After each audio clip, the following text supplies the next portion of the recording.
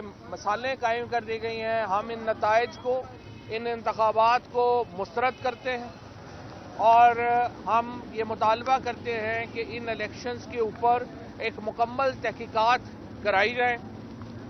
जिस तरीके से इन इंतखाबात में सरकारी वसाइल इस्तेमाल किए गए, जिस तरीके से इंतखाबात को पहले तो डिले किया गया, फिर वोटिंग की शरह को कम करने के लिए आपने देखा कि एक बाकायदा मनसूबाबंदी के तहत वज़ीर दाखिला राना सनाउल्लाह ने और ख़ुद पीपल्स पार्टी की हुकूमत ने बार बार कराची के शहरियों को ये कह के इन इंतखाबात से दूर रखने की कोशिश की कि यहाँ पे तो धमाके हो सकते हैं, हमारी अमन व अमान की सूरत हाल ही बहुत ख़राब है।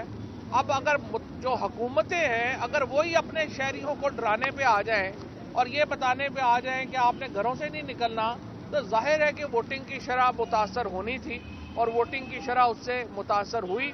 और इसके बाद जो जिस तरीके से फॉर्म्स की तब्दीली है वो अब सारी वीडियोस आपके सामने हैं। आपने खुद देखा है कि किस तरीके से यहाँ पे ये कराची के जो इंतखाबात हैं उनको मुतासर किया गया, किस तरीके से कराची के इंतखाबात जो हैं उनको एक मजाक बनाया गया। इसको हम जो है वो मुस्तरद करते हैं। और आपने देखा कि कम अज़ कम 3 दिन कराची ही के इंतखाबात के नताइज नहीं आ सके।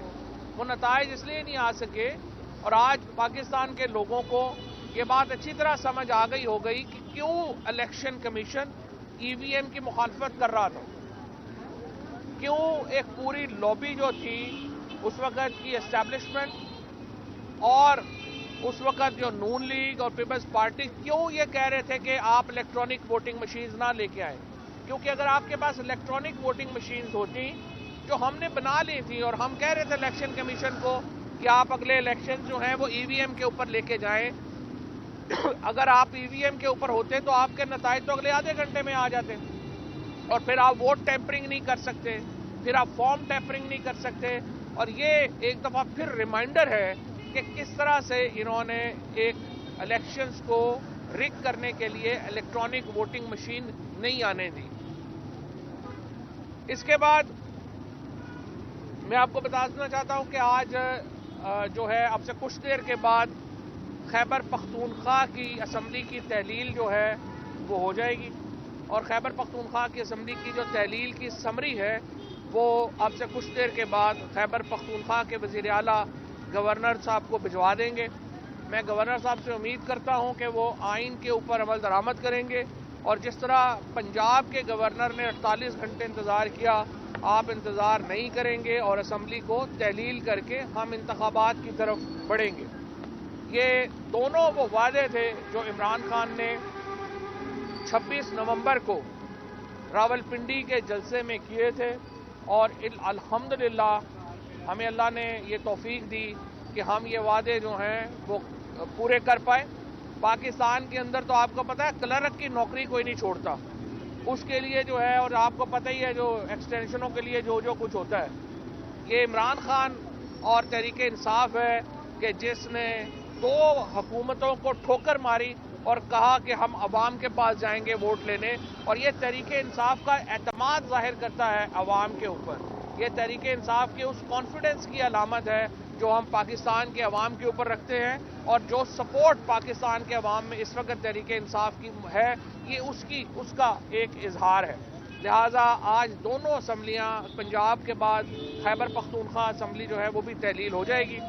हमने जो पार्लिमानी पार्टी है पंजाब के लिए वो मियाँ असलम साहब की कारकर्दगी में जो है वो कायम कर दी है और स्पीकर साहब जो हैं, जो अभी मुझे पता चला है कि नाम जो आए हैं हुकूमत की तरफ से, मुझे नहीं लगता कि वो कोई संजीदा नाम है, वो तो ज़ाहिर है एक मजाक ही है अगर उन्होंने यही नाम दिए हैं जो ज़ाहिर अभी हमें नहीं कम्युनिकेट हुए। हमने जो नाम दिए थे वो संजीदा नाम है और हम समझते हैं कि आप उन नामों के ऊपर इत्तफाक राय होना चाहिए।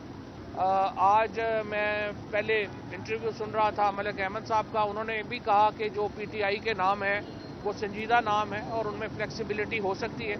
मेरी नज़र में मैं अब भी दरख्वास्त करूँगा नासिर खोसा साहब से कि वो अपना फैसला तब्दील करें और इसके ऊपर ये पाकिस्तान के लिए एक उनकी कंट्रीब्यूशन होगी। आई कैन इमेजिन कि मुश्किल काम है इसमें कंट्रोवर्सी होती हैं, सियासी कंट्रोवर्सीज हैं। नासिर खोसा साहब, अहमद नवाज सुखेरा साहब, दोनों बड़े क्रेडिबल नाम हैं। अहमद नवाज सुखेरा साहब ने हमारे साथ भी काम किया है और वो मौजूदा हुकूमत के कैबिनेट सेक्रेटरी हैं। तो आप इमेजिन कर सकते हैं कि वज़ीर आज़म का भी उन्हें पूरी तरह एतमाद हासिल है। और इसी तरह से नसीर साहब जो हमारा तीसरा नाम है, उनके ऊपर भी जो इस वक्त चौधरी शुजात साहब का और जो बाकी इस वक्त हुकूमत में लोग शामिल हैं, उनका करीबी उनसे एतमाद का ताल्लुक है, तो उनके ऊपर भी कोई मसला नहीं होना चाहिए।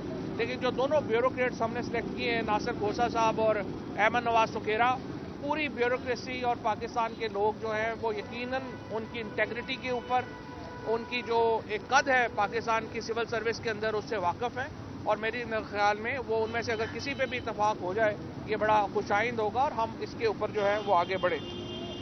इसके साथ साथ हमने आज जो इमरान खान साहब की JIT को जिस तरीके से कवर अप किया जा रहा है, उसके ऊपर सीनियर लीडरशिप ने बड़े अफसोस का इजहार किया है।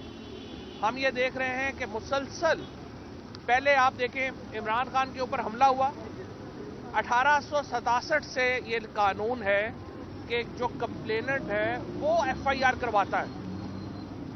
150 साल की तारीख में पहले इमरान खान और फिर आजम सवाती के लिए ये कानून तब्दील कर दिया गया। कंप्लेनेंट को हक नहीं है कि FIR कराए, पुलिस खुद FIR कराने चली गई। उसके बाद JIT नहीं बनने दे रहे थे, बड़ी मुश्किल से JIT बनी। उसके बाद JIT के मेंबरान को ताकतवर हलकों की तरफ से पैगामात आए कि आपने ये करना है, ये नहीं करना। JIT वाले बेचारे जो हैं वो भाग गए। लोग JIT का मेंबर बनने को तैयार नहीं है। ये इस मुल्क में रूल ऑफ लॉ का हाल है, ये इस मुल्क में प्रेशर का हाल है। चाहे वो अरशद शरीफ का तहकीकाती कमीशन हो, उसका भी हाल आप देख ही रहे हैं जिस तरह का वो चल रहा है। और ये इमरान खान का जो ज्वाइंट इन्वेस्टिगेशन टीम है, इसमें भी आप देख लें। ये पाकिस्तान में, इसीलिए हमने पहले भी कहा था, हम फिर ये समझते हैं कि चीफ जस्टिस साहब, इमरान खान के ऊपर हमला कोई एक आम बात नहीं है। ये पाकिस्तान के साबिक वज़ीर आज़म के ऊपर, पाकिस्तान की सबसे बड़ी सियासी जमात और इंशाअल्लाह पाकिस्तान के अगले वज़ीर आज़म को एलिमिनेट करने की साजिश है। ये जिस तरीके से आपने ये इसको लाइटली लिया है, इसके नतीजे में पाकिस्तान को शदीद नुकसान होगा।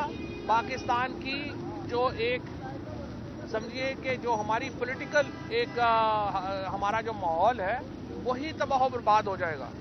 ये इमरान खान जो पाकिस्तान के इंशाअल्लाह अगले वज़ीर आज़म हैं, जिस तरीके से उनको एलिमिनेट करने की कोशिश की गई है, उसके ऊपर हम मुतमईन नहीं हैं।